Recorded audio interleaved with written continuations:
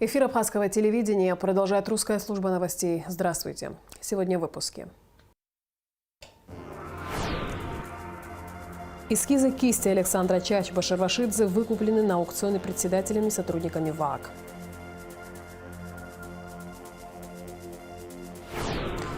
Почему сватинг внедрился в абхазском сегменте и что грозит за ложное сообщение об акте террора? Специальный репортаж программы.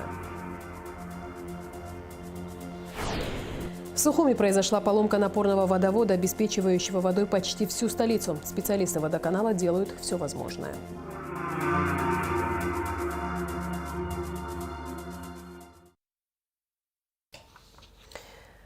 Первоочередные ремонтно-строительные работы в Абиги, доме-музее Гуля и в Бидийском храме обсудил премьер-министр Александр Анкваб с директорами объектов, руководителями ответственных ведомств и подрядчиками. Также обсуждались вопросы временного размещения нацгалереи и ее сотрудников. Премьер-министр поручил руководству УКС, РУП «Абхазстрой», Управлению охраны культурно-исторического наследия изучить ситуацию непосредственно на объектах, установить наиболее уязвимые секторы, требующие неотложных ремонтных работ, и представить согласованные предложения. Посол Абхазии в Сирии Мухаммад Али вручил копии верительных грамот министру иностранных дел и по делам соотечественников за рубежом Сирии Фейсалу Аль-Мигдаду. Стороны обсудили актуальные аспекты абхазо-сирийского межгосударственного взаимодействия и выразили обоюдную готовность к активизации сотрудничества в политической, торгово-экономической и гуманитарной сферах. Особое внимание было уделено развитию отношений между Абхазией и странами Ближнего Востока при содействии Сирии. 3 эскиза кисти Александра Чачба-Шервашидзе выкупили на аукционе руководитель аппарата ВАГ Кантани и его заместитель Тенгиз Тарба. Также в онлайн-аукционе принял участие председатель Всемирного абхазо-абазинского конгресса Муса Экзеков. Он приобрел 10 работ известного абхазского художника.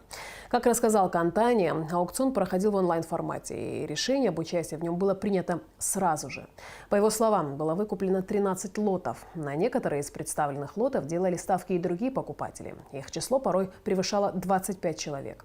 Кантани подчеркнул, что наследие знаменитого художника необходимо сохранить для потомков в целости и сохранности. Выкупленные работы обязательно будут переданы музею имени Александра Чачба, когда он будет создан.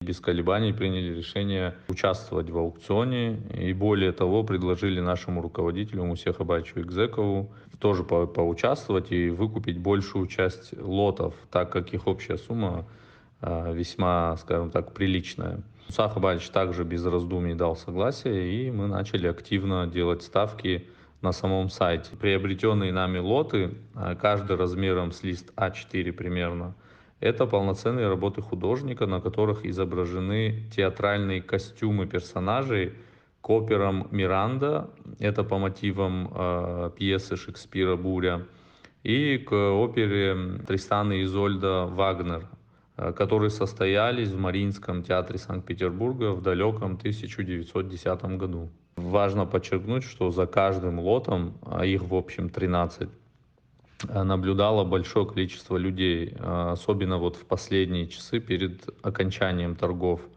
Например, на какие-то лоты одновременно делали ставки до 25 человек, а общее количество участников по данным сайта превысило 300 человек. Мы все хорошо знакомы с наследием первого абхазского профессионального художника, восхищаемся его талантом и достижениями. Посчитали крайне важным выкупить все, что нашли на этом сайте, на этом аукционе, все, что имело отношение к князю Чачба. Будем в дальнейшем активно продолжать поиски других материалов, которые так или иначе имеют к нему отношение, для того, чтобы сохранить его наследие бесценное для будущих поколений. Мы, конечно, готовы будем передать работы в Дом-музей имени Чачба, когда его создадут, а я уверен, что это рано или поздно произойдет. Но прежде мы, конечно же, убедимся, что созданы все условия для надежного хранения экспонатов. В Телефон и терроризм. Проблема, объединяющая страны всего мира. Ведь интернет, как глобальная сеть с широкими возможностями, в умелых руках злоумышленника становится орудием преступления. Как результат – сватинг, который стал активным направлением телефонного терроризма. А самое страшное – в эти преступления могут быть вовлечены подростки. Почему телефонный терроризм внедрился в абхазском сегменте? Какие категории наиболее уязвимы? И что грозит за ложное сообщение об акте террора? На что обратить внимание в смартфонах детей? Об этом в специальном репортаже Асиды Малия.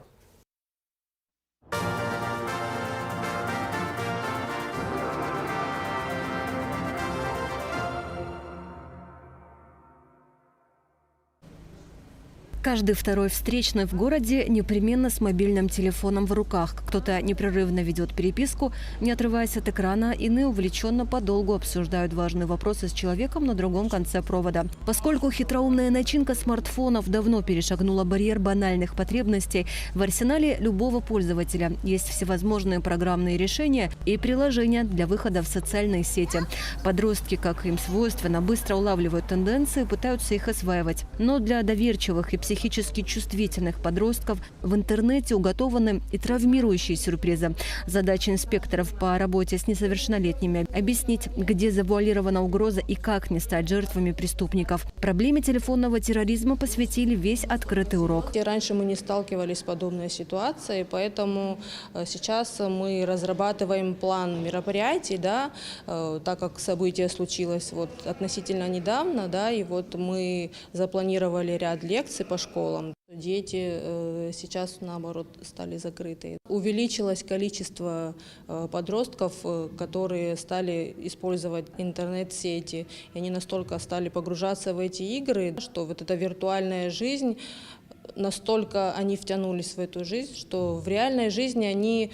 К сожалению, у них возникают проблемы с общением с реальными людьми. И они все свои проблемы психологические, они все это обсуждают в интернете. Находят каких-то друзей, с которыми им легче, наверное, может быть, делиться, И поэтому хочу обратиться к родителям, чтобы они проводили постоянно беседы. Открытый урок во второй Сухумской школе – стандартная профилактическая работа, которую немного усилили после недавних событий, связанных с сложным сообщением о минировании школы. Инспекторы рассказали о конкретных опасностях, рисках, мере наказания. Школьники, в свою очередь, задавали разные вопросы, в том числе просили назвать имя совершившего тот злополучный ложный звонок. Разглашать подобную информацию сотрудники МВД отказались. Оперативно-розыскные мероприятия по факту о ложном сообщении террористического акта проводили совместно СГБ и МВД. И решение о том, чтобы не обнародовать имя подростка, обвиняемого, было принято с учетом определенных обстоятельств.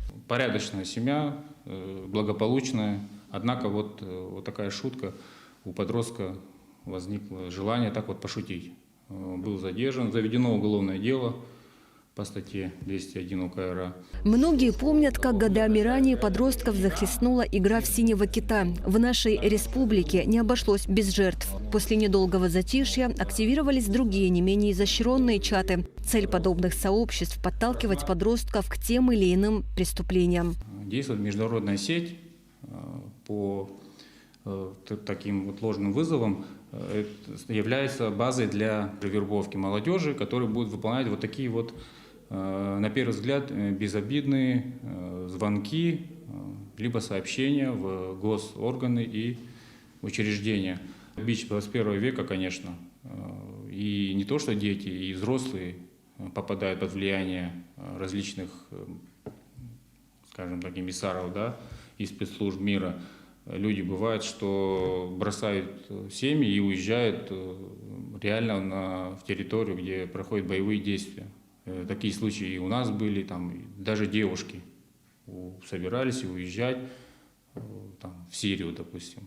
Такие случаи у нас тоже были. Мы останавливали, задерживали. А что говорит о детском мозге, который еще не сформировался? Такие безобидные, на первый взгляд, поручения, которые выполняют дети через эти телеграм-каналы, сайты, сообщества. Это первый шаг. Сватинг – это заведомо ложное сообщение о некой угрозе, чтобы вынудить силовые структуры выехать с проверкой по указанному адресу. Это деяние приравнивается к уголовному правонарушению и регулируется 201 статьей о заведомо ложном сообщении об акте терроризма. Мера наказания – штраф от 20 до 60 тысяч рублей, либо исправительные работы сроком до 2 лет или же лишение свободы сроком до 3 лет. Даже с учетом того, что к подросткам, совершившим подобное деяние, в Абхазии закон применяют не в полную силу, есть существенный минус. Конечно же, наказание суровым не будет, на первый взгляд. Однако, если данный мальчик захочет стать госслужащим или служить в органах, наверное, я думаю, что это станет препятствием в будущем. И если будут рецидивы, естественно, внимание сразу обратят на человека, который уже совершал такое правонарушение, проступок. Преступная схема ложных сообщений о минировании объектов разного назначения давно приняла масштабный характер. Массовые задержания телефонных террористов в России начались в 2021 году и продолжаются по сей день. Задержанные школьники сотрудникам ФСБ подробно рассказывали о том, как выстроена схема общения и как именно совершались ложные звонки. Я постановлял сообщения о ложном минировании на почте школ и учреждений. Я использовал Telegram и средства анонимности, также использовал почту. Я считал себя анонимным, но сотрудники правоохранительных органов меня задержали. Ложные сообщения о минировании несут не только финансовые затраты для службы, но и психологическую нагрузку на население. Конечно, возникает вопрос, почему бы не предотвратить подобное и в корне решить проблему. Но могут ли родители контролировать ребенка в полной мере или исключить наличие смартфонов? Федор Харазия около 10 лет работает в магазине техники. Самый популярный товар, по его словам, – мобильные телефоны. Единственное, что можно сделать, это контроль, в принципе, пользования телефоном. Там есть определенные приложения, с помощью которых можно сделать расписание, когда ребенок может вообще пользоваться телефоном, расписание на определенные приложения. Там, допустим, для браузера можно включать удаленно фильтры, там безопасный поиск и так далее. И отслеживание местоположения ребенка. Это единственные приложения, которые я знаю, как они работают. Это Google Family, если у ребенка смартфон на андроиде. Если у него iPhone, то создается детский Apple ID, и контроль привязывается к родительскому телефону. И контроль можно передавать между родителями, то есть поделиться этим контролем. Также можно на определенные программы ставить расписание и на браузер ставить фильтр. Так смартфоны попадают в руки подростков, для которых нажатием на кнопку открывается неведомый мир интернета. И получается, как в сказке, полный леших дремучий лес. Конечно, личная жизнь и личная переписка, она существует, но на то и мы все родители. Да, надо задаться вопросом, чем занимается ребенок, как-то мягко намекнуть, попросить, посмотреть. По поводу методов и подходов к выявлению, конечно, раскрыть мы не можем полностью, однако могу уверить молодежь или общественность, что на сегодняшний день техническая возможность службы государственной безопасности в полной мере способны раскрыть любые IT-преступления. Нестор Тарба, старшеклассник 2-й Сухумской школы, признается, что пользоваться смартфоном удобно. Гордится, что ему удается находить баланс. Важно анализировать, не заменять учебу, общение и досуг на жизнь онлайн, говорит он. Чаще всего это обычно бывает так, что какой-нибудь ребенок листает соцсеть в ленте, допустим, TikTok, Instagram или что-то в этом роде. И обычно это видео с незамысловатым смыслом. То есть, допустим, можно даже какими-то, казалось бы, недвусмысленными запросами вести, да, и ребенку что-то попадется этакое. А такие видео, скорее всего, они чаще всего больше накручены. В комментариях различных призывают скорее к какому-то действию по типу «перейдите в тот телеграм-канал» или еще что-то в этом роде. И обычно контент, там довольно не такой вызывающий, я бы сказал, скорее он внушает тебе доверие, это может быть какой-нибудь телеграм-канал с различными шутками или что-то в этом роде, а уже потом там может начаться реклама, и уже все зависит от самого человека. Я сам видел. То есть потому что мы с друзьями это не раз обсуждали, и мы так друг другу показываем, и понимаем, что к чему. Я особо в соцсетях не сижу, у меня ни Инстаграма, ни ТикТока нету. Не могу что-то сказать. Базовые мессенджеры, там WhatsApp, Telegram. Нет. Они очень свободно так относятся и мне доверяют. Хочется надеяться, что подобное здравомыслие присуще абсолютному большинству подростков, да и не только. Ведь плохо, когда виртуальный мир выбивает человека из реального, и еще хуже, когда виртуальный мир диктует реальному. Асида Малия, Инал Гвинджа, Абхазское телевидение.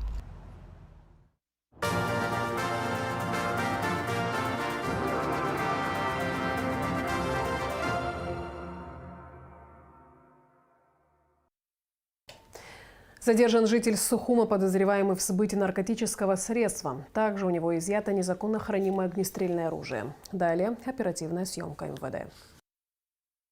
В результате оперативно-розыскных мероприятий задержан подозреваемый в незаконном сбытии наркотического средства Бган Бастамур Валерьевич, 1977 года рождения. При личном досмотре у гражданина изъяты 2 телефона, при осмотре содержания которых обнаружены отмеченные фотографии с координатами местонахождения свертков с наркотическим средством. Гражданин Бганба был задержан сотрудниками УКОН МВД Абхазии совместно со службой государственной безопасности на посту ГАИ Учхоз Сухумского района, когда следовал на автомобиле «Лексус».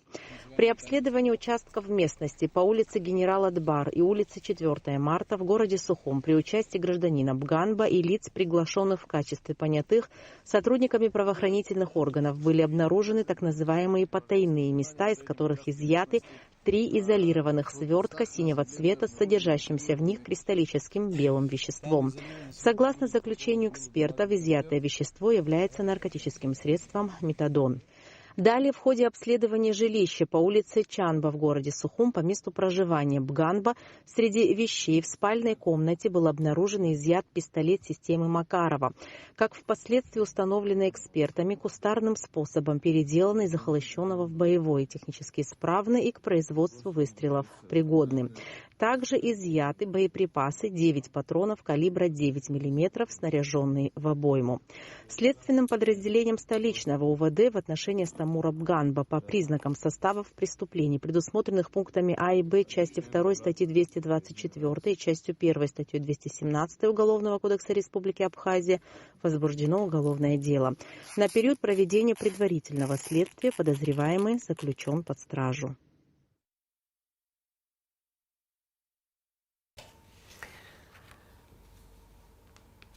В администрации Сухума под председательством Беслана Эшба прошло заседание оперативного штаба по борьбе с незаконной добычей криптовалют.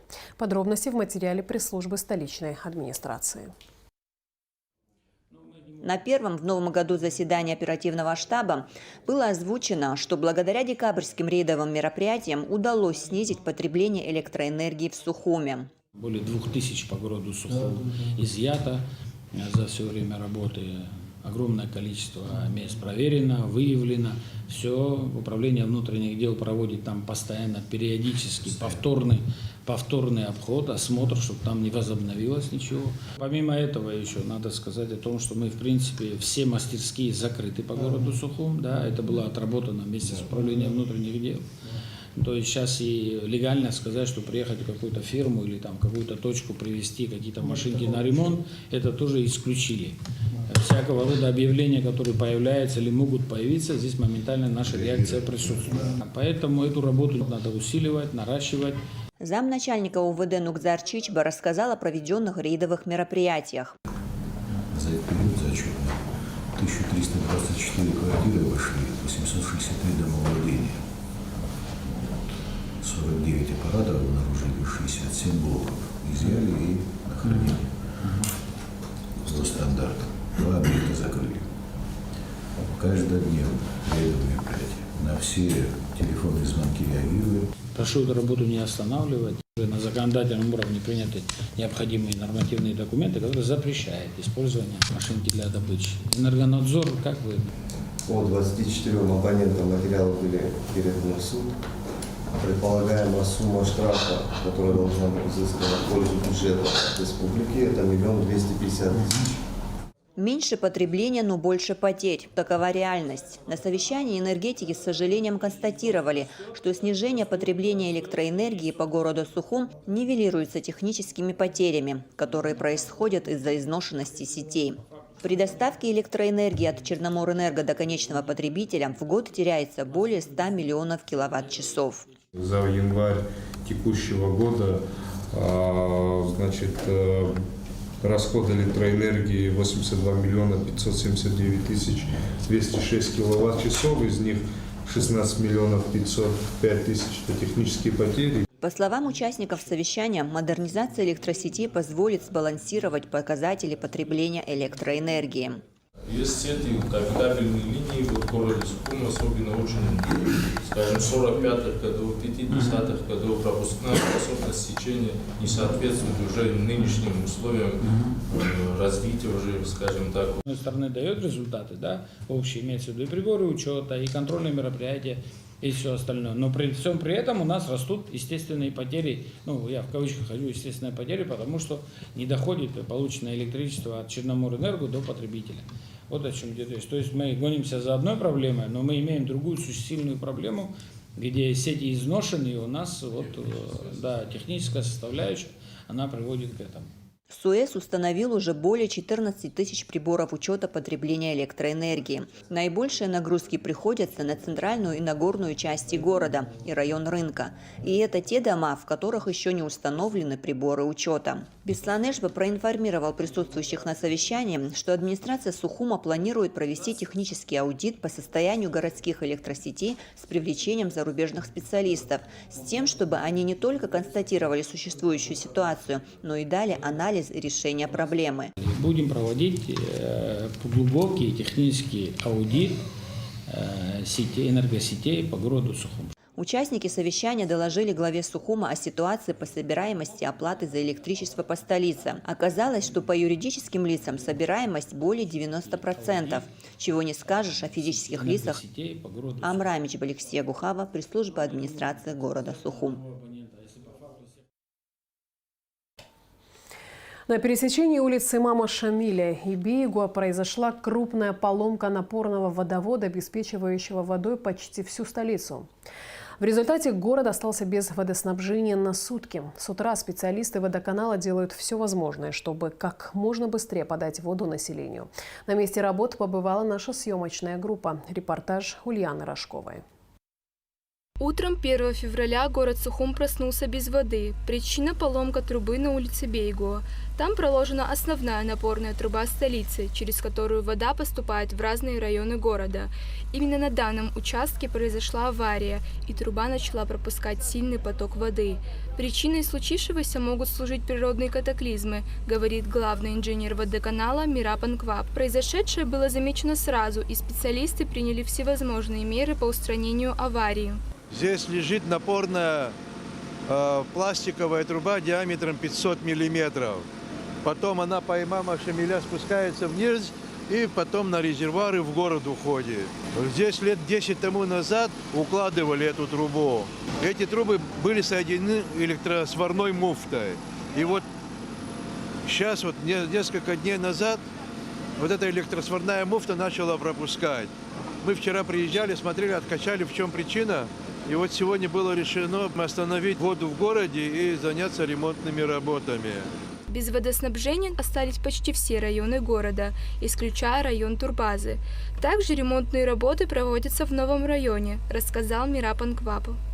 Сама работа 1,5–2 часа. Сама работа, вот ее пайка, да. Вот подготовительная работа, она очень долгая. Вот эта электросварная пайка, там грамм воды не должно быть. Если вода хоть капелька воды будет, в этом месте она не запаяется и опять может прорвать.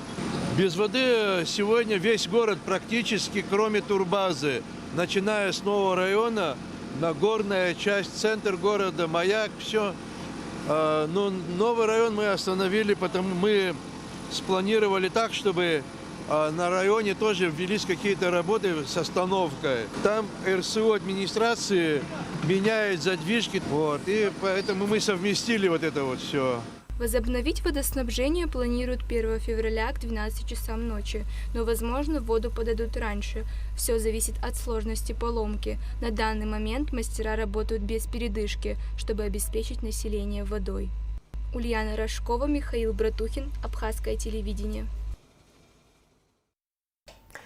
И в завершении выпуска традиционно о погоде. По сообщению Гидрометцентра, в пятницу 2 февраля на территории Абхазии ожидается облачность с прояснениями погоды. Ночью и днем преимущественно без осадков. К вечеру местами возможен небольшой дождь. Температура воздуха ночью 0, плюс 5, днем плюс 5, 10. Температура морской воды плюс 10.